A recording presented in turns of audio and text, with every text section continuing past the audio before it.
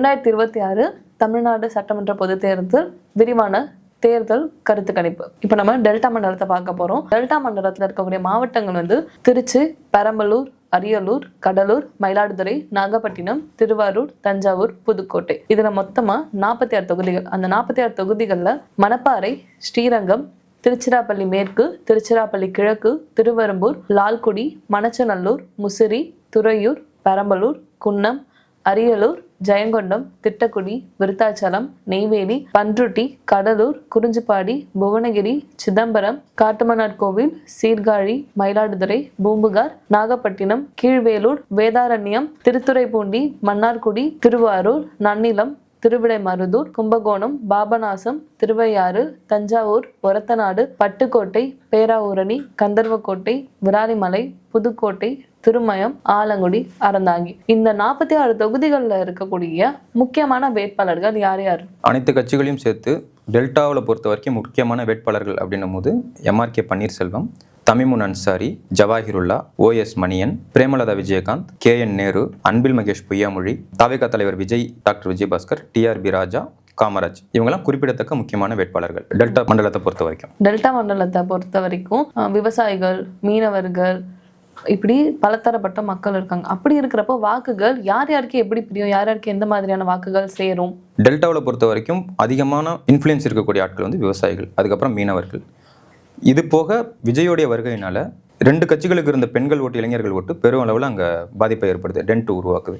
So அதனால் பெண்கள், இளைஞர்கள், சிறுபான்மையின மக்கள், இது வரைக்கும் சிறுபான்மையினருக்கு வந்து திமுக தான் ஒரே வாய்ப்பு அப்படின்னு இருந்த இடத்துல தாவேகா இன்னொரு வாய்ப்பு அப்படின்ற ஒரு நிலைமை, அந்த ஒரு எண்ணம் அங்கே மக்கள்கிட்ட இருக்கிறதுனால அவங்க தாவேகாவை சார்ந்தும் போகக்கூடிய ஒரு சூழல் நிலவுது. டெல்டாவை பொறுத்த வரைக்கும் பெரும்பாலும் வந்து கம்யூனிஸ்ட் கட்சிகளுக்கான வாய்ப்புகள் அங்கே இருக்குது. அந்த கம்யூனிஸ்ட் கட்சிகளுடைய வாக்குகளுமே தாவேகா பக்கம் போகிற ஒரு சூழல் இப்போ நிலவிக்கிட்டு இருக்கு. அதனால் திமுகவும் சரி, திமுகவோட கூட்டணி கட்சிகளுடைய வாக்குகளும் சரி பெருமளவில் தாவேகா பிரிக்கிறதுனால அவங்க முந்தைய தேர்தலில் 2021 பெற்ற இடங்களை காட்டிலும் குறைவாக பெறக்கூடிய வாய்ப்பு தான் இப்போ இருக்குது. குறிப்பாக சொல்ல போனோம்னா திருச்சியில் 9 தொகுதியில் போன வாட்டி 9யுமே திமுக ஜெயிச்சாங்க. இந்த முறை அது சாத்தியம் இல்லை. அவங்க எத்தனை ஜெயிக்க போகிறாங்கன்றதே ஒரு மாதிரி கேள்விக்குறியான ஒரு நிலைமையில தான் இருக்குது. அதே போக இந்த இப்போ சொல்லன அந்த முக்கியமான வேட்பாளர்களில் எத்தனை பேர் ஜெயிப்பாங்க அப்படின்றதும் ஒரு மாதிரி கேள்விக்குறியான நிலைமையில தான் இருக்குது. ஒரு சிலருக்கு சாதகமான சூழல் இருக்குது, ஒரு சிலருக்கு அப்படி இல்லை.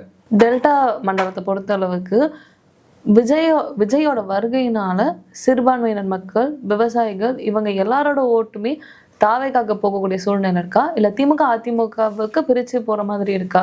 விவசாயிகளை பொறுத்த வரைக்கும் விவசாயிகளுடைய ஆதரவு, விவசாயிகளோட நிலைப்பாடு வந்து அதிமுகவுக்கு சாதகமான ஒரு சூழல் இருக்கு. ஏன்னா இது வரைக்கும் கடந்த காலங்கள் ஆட்சிகளில் விவசாயிகளுக்கு சாதகமான ஒரு நிலைப்பாடு வந்து அதிமுக எடுத்ததா கேட்ட வரைக்கும், நம்ம களத்தில் கேட்ட வரைக்கும் அவங்களுடைய நிலைப்பாடு வந்து அதிமுகவுக்கு ஒரு சாதகமான சூழல் இருக்கு. இப்போ இந்த ஆட்சியில் திமுகவுடைய செயல்பாடு விவசாயிகளுக்கு ஆதரவாக இல்லை அப்படின்ற ஒரு நிலைப்பாட்டில் அவங்க இருக்கிறாங்க.